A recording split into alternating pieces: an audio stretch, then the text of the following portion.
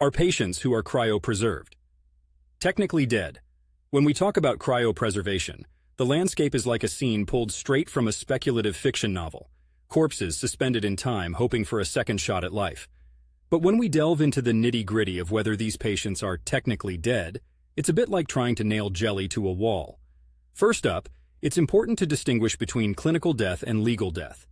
In medical terms, clinical death occurs when the heart stops beating and blood stops circulating.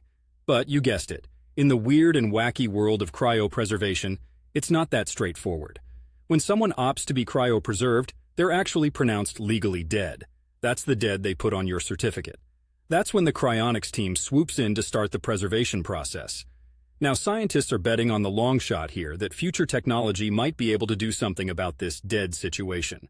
The goal is to keep the body so well preserved that whatever the affliction was doesn't progress, and perhaps they can somehow reboot the system down the road when medical advancements have presumably leapfrogged our current capabilities. So, the billion-dollar question is, are these ice pops gone for good, or just on the longest coffee break imaginable? Technically, cryopreserved patients are dead because they've met the current legal definitions of death. Yet there's an asterisk beside their status because the line between life and death blurs as you consider the intended impermanence of their condition.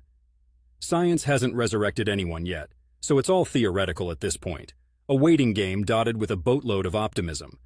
It's a bit like placing your grandpa in suspended animation with dreams of future grandchildren learning to play catch with him. Sounds wild, right?